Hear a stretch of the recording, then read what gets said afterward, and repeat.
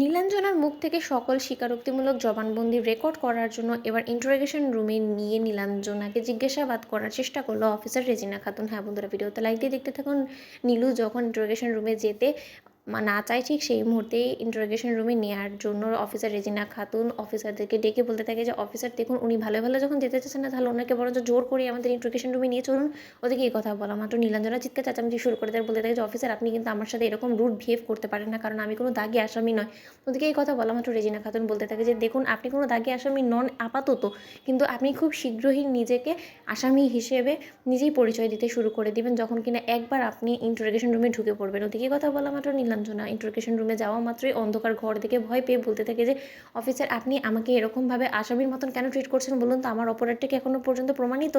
এ কথা বলা মাত্র অফিসার রেজিনা খাতুন বলতে থাকে যে এতক্ষণ আপনি যা বলেছেন সব কিছু আমরা সহ্য করেছি, কিন্তু এখন আর নয়, এখন এখানে সেটাই হবে যেটা কিনা আমি আপনাকে বলবো আর যেটা কিনা আমি আপনাকে করতে বলবো। তাই আপনি কোনো রকম কোনো চালাকি না করে এবার ভালো ভালো বলে ফেলুন তো আপনি কী সব অপকর্মগুলো করেছেন, আর টিয়াকে পাচার করে দেওয়ার সম্পর্কে আপনি কি আগে থেকে জানতেন? এই কথা বলা মাত্র ইন্টারোগেশন রুমে নীলাঞ্জনা নিজের মনে মনে বলতে থাকে যে না, যে করেই হোক না কেন কোনো মতেই অফিসারের কাছে আমাকে ধরা দেওয়া যাবে না, কারণ একবার যদি অফিসারের কাছে সব কিছু স্বীকার করে ফেলি তাহলেই আমার জেল হওয়া থেকে কেউ ঠেকাতে পারবে না। আর সূর্য যখন দাঁড়িয়ে দাঁড়িয়ে সব কিছু দেখেছে, তার মানে সূর্য এই গোটা বিষয়টা সম্পর্কে আগে থেকে অবগত ছিল, আর সাথে অবশ্যই রায় দিদিভাইও ছিল, কারণ রায় দিদিভাই তো অবশ্যই চায় যে আমার যাতে শাস্তি হয়, যাতে ও আবারও সূর্যের জীবনে ঢুকে পড়তে পারে, আমার জায়গাটা নিয়ে নিতে পারে। কিন্তু এরকমভাবে আমি কোনো মতেই এবার রায় দিদিভাই তোকে জিততে দেবো না, কোনো মতেই এবার এই রেজিনা খাতুন কোনো মতেই আমাকে জেল হাজতবাস করাতে পারবে না। রেজিনা খাতুন তুমি এখনও পর্যন্ত আমাকে চিন উঠতে পারোনি, নীলাঞ্জনা কিন্তু এতটা কাঁচা খেলোয়াড় না।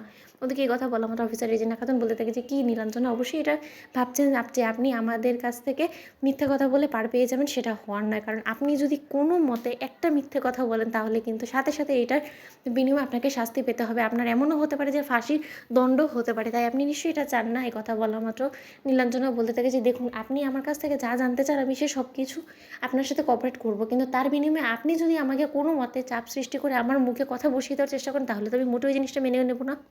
অন্যদিকে অফিসার রেজিনা খাতুন বলতে থাকে যে এবার আপনি ভালো ভালো বলুন তো যে সানির কাঁধে আপনি কী করে টিয়াকে ঝুলিয়ে দিয়েছেন বলুন তো। দিকে কথা বলা মাত্র নীলাঞ্জনা বলতে থাকে যে দেখুন, প্রথমে আপনার এই কথাটা আমি ঠিক করে দিই যে আমি কিন্তু টিয়াকে সানির কাঁধে ঝুলিয়ে দিইনি।